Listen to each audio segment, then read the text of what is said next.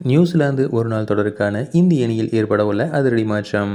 அண்மையில் தென்னாப்பிரிக்க அணிக்கு எதிரான நடைபெற்ற 3 வகையான கிரிக்கெட் தொடரிலும் பங்கேற்று விளையாடிய இந்திய அணியானது அடுத்ததாக நியூசிலாந்து அணிக்கு எதிராக சொந்த மண்ணில் நடைபெற இருக்கும் 3 போட்டிகள் கொண்ட ஒருநாள் தொடரிலும் அதன் பின்னர் 5 போட்டிகள் கொண்ட T20 தொடரிலும் பங்கேற்று விளையாட இருக்கிறது.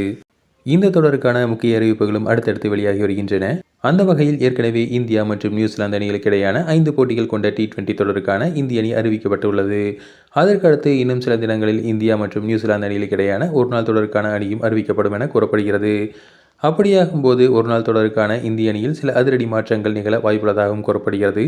அந்த வகையில் ஒருநாள் போட்டிக்கான கேப்டனாக சுப்மன் கில் தொடர்ச்சியாக நீடிப்பார் எனவும் பேசப்பட்டு வருகிறது. மேலும் ரிஷப் பந்த் ஒருநாள் போட்டிகளுக்கான அணியிலிருந்து நீக்கப்பட வாய்ப்புள்ளதாக கூறப்படுகிறது. அதோடு அவருக்கு பதிலாக இசான் கிசான் சேர்க்கப்படலாம் எனவும் கூறப்படுகிறது. ஏனெனில் ஒருநாள் போட்டிகளை பொறுத்தவரை KL ராகுல் தான் முதன்மை விக்கெட் கீப்பராக செயல்பட்டு வருகிறார். அதேவேளையில் பேக்கப் விக்கெட் கீப்பராக இருக்கும் ரிஷப் பந்த் பெரும்பாலும் விளையாடுவது கிடையாது.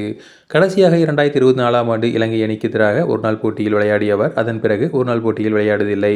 மேலும் அதே போன்று ஒருநாள் போட்டியில் அவர் பெரிதளவு தாக்கத்தையும் ஏற்படுத்தியுள்ளது. இதனால் இசான் கிசான் ஏற்கனவே ஒருநாள் போட்டிகளில் துவக்க வீரராக களமிறங்கி 2 சதம் அடித்துள்ளார்.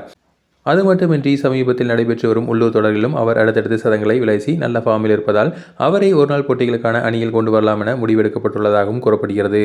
இதன் காரணமாக ஒருநாள் போட்டிக்கான இந்திய அணியில் சில குறிப்பிட்ட அதிரடி மாற்றங்கள் இருக்கும் என கூறப்படுகிறது.